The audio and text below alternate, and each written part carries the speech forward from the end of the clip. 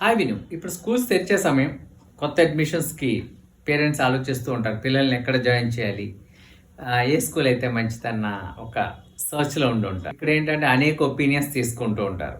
అది Kinder garden అవ్వచ్చు, లేకపోతే హైయర్ క్లాస్ అవ్వచ్చు. కొంతమంది 9th క్లాస్‌లో కూడా స్కూల్ మార్చేవాళ్ళున్నారు.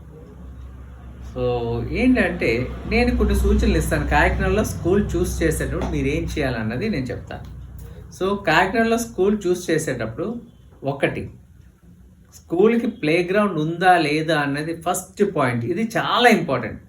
ప్లే గ్రౌండ్ లేకుండా ఒక బిల్డింగ్ తీసేసుకొని 4 గోడల మధ్యలో క్లాసులు రన్ చేస్తే, ఆ స్కూల్ రన్ చేస్తే దానికి జాయిన్ చేయకండి మీ పిల్లల్ని. దయచేసి పిల్లలకి మానసిక వికాసం అనేది ఇంపార్టెంట్. చదువుతో పాటు కాస్త ఆట, కాస్త రిలాక్సేషన్, అసెంబ్లీ ఇవన్నీ ఇంపార్టెంట్. అయితే మీ ఇంట్లోనే పెట్టుకోవచ్చు కదా 4 గదుల రూమ్‌లో. సో దయచేసి అలాంటి స్కూల్స్కి పంపించొద్దు. నేను ఎప్పుడు వండర్ అవుతాను, ఇలాంటి స్కూల్స్కి రికగ్నైజేషన్ ఎలాగ వస్తుందో అన్నది డౌట్.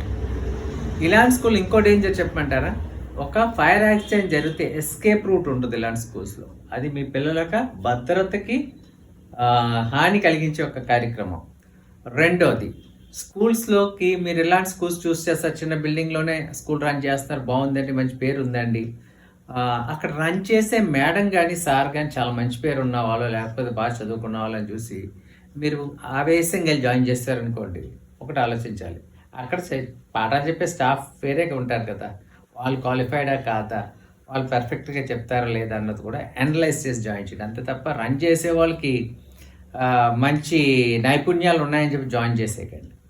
తర్వాత, ఒత్తిడి ఉండే స్కూల్లో జాయిన్ చేయకండి.